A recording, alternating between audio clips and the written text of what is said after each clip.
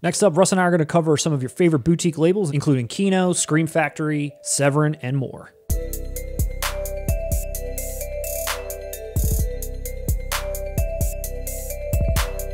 Welcome back, everyone, to 4K Kings. I'm Matt. I am Russ. And welcome to your home for physical media, home media, reviews, unboxings, friendship, camaraderie, and more. And if you haven't already, make sure you are subscribed to us. You do not want to miss any future content. Like this video. It's the little things like that help us. Leave a comment. We love engaging. We want to hear your thoughts, and enjoy the video. Stay the f out of this! Kino Lorber, I love talking about them. I feel like every week we get together and we talk about Kino. They've always gotten some like fun. They're scrappy. They've got some high profile titles. They got ones that make me laugh. It's just like, you know, so they've got the gamut this week as well. And the first one we're going to start off with is Serpico. Oh, that's terrific.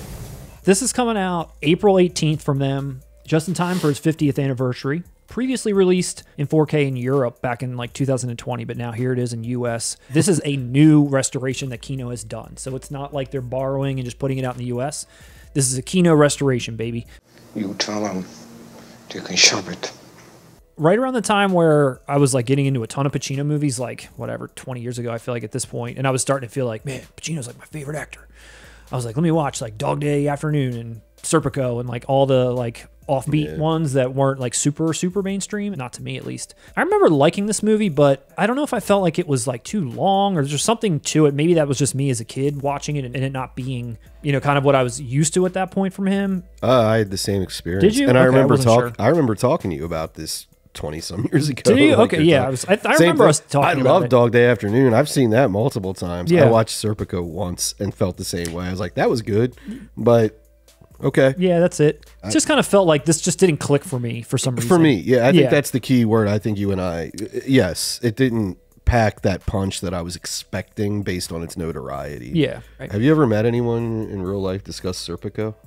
No. Have you ever met anyone in real life reference or discuss Scarface? Okay, maybe. See what I mean? Like, I'm not saying what if you think one is better than the other, that's fine. But I don't think this is. I think more people know Heat than this movie. Well, I am over fucking well.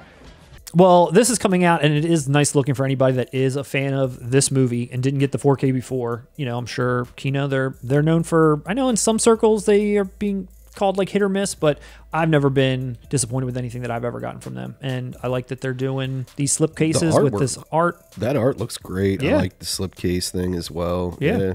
It's pretty solid. If I buy one, you motherfucker, I'm not gonna buy it from you.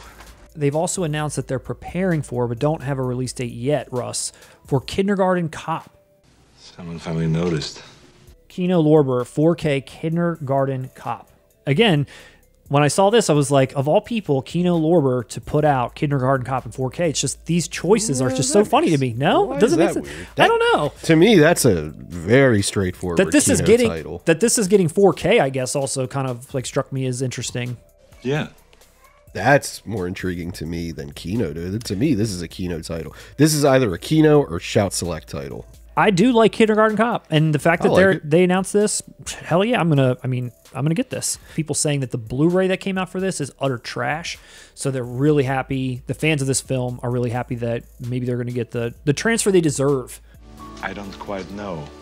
I do love this movie. I have like a soft spot for it, but what really makes this movie for me these days, or I guess what solidified it for me, is those prank phone calls. Investigator Lodge. Good morning. Good morning. How are you? I'm all right. I want to ask you a bunch of questions, and I want to have them answered immediately. Okay. Who is your daddy, and what does he do? That just like took this movie to like another level for me. I mean, it was already kind of silly and humorous with some of that line of dialogue, but then to put it into that prank phone call, now when you go back and watch this movie, that's all I think about. Who is your daddy, and what does he do? Kindergarten Cop's a solid movie, though. Yeah. I have nothing against it. No, I think it's solid. You got Arnold here. You got Penelope Ann Miller. Russ. Penelope. I think Gail. she was in, yeah, I was about to say she was in Carlito's Way. Gail, dude. Yeah, Gail's in there. Don't forget about her. And also, what's my man's name? Richard Tyson? Remember that movie? Val Kilmer Light? Yeah, do you remember that? Do you remember that movie 3 O'Clock High? I've never seen it, but I know he's like Like the bully in The it. bully, yeah, yeah. it's like his first movie or something. That was always a movie I watched as a kid too. And he was like scary shit in it. Well, anyway, this is great news for the format. I think this shows the physical media is alive and healthy, Russ. I mean, in 2022, Citizen Kane debuted in 4K. And now in 2023, we're going to get Kindergarten Cop. Can you believe it? Vanity, Lyle Alzado, and Michael Ironside. Neon City. Speaking of classics, here's another one that was announced for us. Another one I haven't heard of, but Neon City. Yes. Neon City Blu-ray from Kino. Now, I know nothing about this movie, but all I needed to know was that Michael Ironside was in it. So I clicked on it, and I went down a rabbit hole with this movie. Really? Look at him here. Oh my God. But what I've read kind of a little bit of is I guess it's like a Mad Max clone or like a cyborg, you know, like of that, like those types of movies of that era where it's the apocalypse and there's like a lone so-and-so that's got to like complete a mission. It stars, like you said, Vanity. I noticed she was like a singer. She had something to do with Prince, whatever. But she was also in a movie called Deadly Illusion with Billy D. Williams. And then she was in Action Jackson. And then what's even funnier is Carl Weathers and Billy D. Williams then starred in a movie called Dangerous Passion. And I'll tell you why. Because I'm sentimental. But the thing that I landed on and probably laughed at the most that Vanity had anything to do with was a movie she did with John Stamos called Never Too Young to Die. I looked at this poster and I was like, what the fuck is this? So I read the synopsis. Are you ready for this, Russ? Lance Stargrove, John Stamos, a young man who, with the help of a secret agent, Danja Deering, who is Vanity, must avenge the death of his secret agent father at the hands of evil hermaphrodite Velvet Von Ragnar, who is Gene Simmons. It takes a man like me to be a woman like me. Evil hermaphrodite Gene Simmons. I don't care if this is the 80s. What is that movie? It's amazing. Kino, again, doing some really great work. And the last thing that I saw for them that I just wanted to look at just for 2 seconds is another movie that I only knew by name, but I don't know that I ever really knew what the movie was. And then when I saw the cover, I kind of laughed. The Big Easy. I've seen it. With Dennis Quaid and Helen Barkin. Yeah, well, that sounds real neat. It's terrible. Kino's putting this out again and just on Blu-ray with this little slipcase. I can't stand Dennis Quaid. I will give you Inner Space. Okay. That's it. I can't even get a line out until Dopey the Dick starts whispering in your ear and you're not even watching anymore. You know why I did eventually watch this? This is corny as shit. When I was a kid, I thought she was hot. I mean, on this cover. I was going to say, this movie looks like softcore porn. That's what I was expecting, and I was let down. I mean, she's got a lot of legs showing here. There's like a whole, Dude, like... when I was a kid, I was like, whoa. Like, yeah. And I did eventually watch it. It's terrible. There was one part in this movie. It made me laugh so hard. She literally stumbles in a part, and it feels like an outtake. Tell you, some of these... You okay? Ellen, we love you. Drop us a comment below. Let us know you're doing okay. But look at how passionless this kiss is. That Dennis Quaid, he's just like pressing his face against her cheek. Dennis Quaid is passionateless, man. He barely registers as an actor. Who cares? I'm a pro! I'd rather hang out with Randy Quaid today than watch a Dennis Quaid movie. Blow me! Moving along, Scream Factory also announced some of their titles, and the only one that I kind of want to just touch base on for a second is The People Under the Stairs, which April 25th, copy-paste, basically, again, from a previous release that they have done. But why? They're giving you the original art on the slipcover. Now, this is US. Arrow put this out also in 2013 with really good features, but it was just kind of like a standard release. And I wonder if, that could be like for our UK friends out there, or maybe we'll get a better UK version for people that already own this collector's edition in Blu-ray. Yeah, right.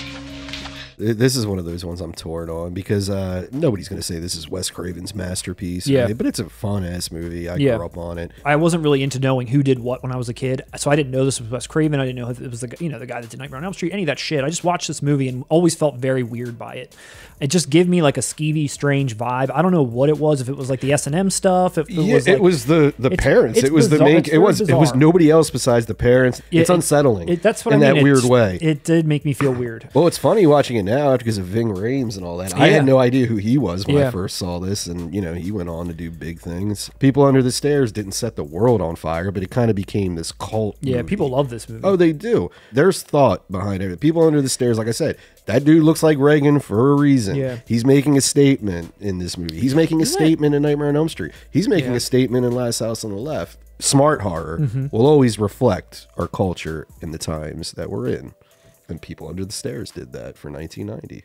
Is that right? Yeah.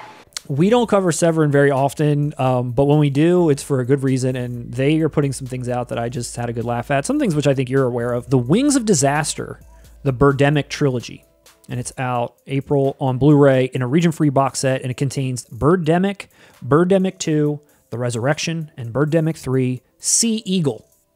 Not Seagull, Sea Eagle. Really? I hope that's true, man. Some have called this The Birds if it were directed by Tommy Wiseau. I'm pretty sure have you seen Birdemic? I own the first. I was going to say, okay, I thought you had, and that's why I wanted to at least bring this up to get your take. For me, the funniest thing about Birdemic, and I own it, I turn it off once the birds come in. The first like 40 minutes where it's just the humans interacting and like the couple and they're hanging out with my family, like that song. Love it. Hanging out with my family. I can watch that on a loop.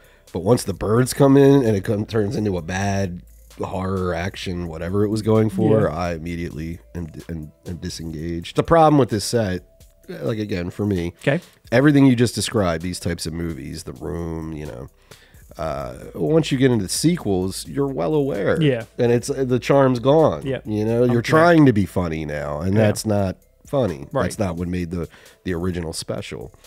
In 2013, Nguyen returned with his biggest budget to date with Birdemic 2, The Resurrection, never before available on Blu-ray and exclusive to this collection.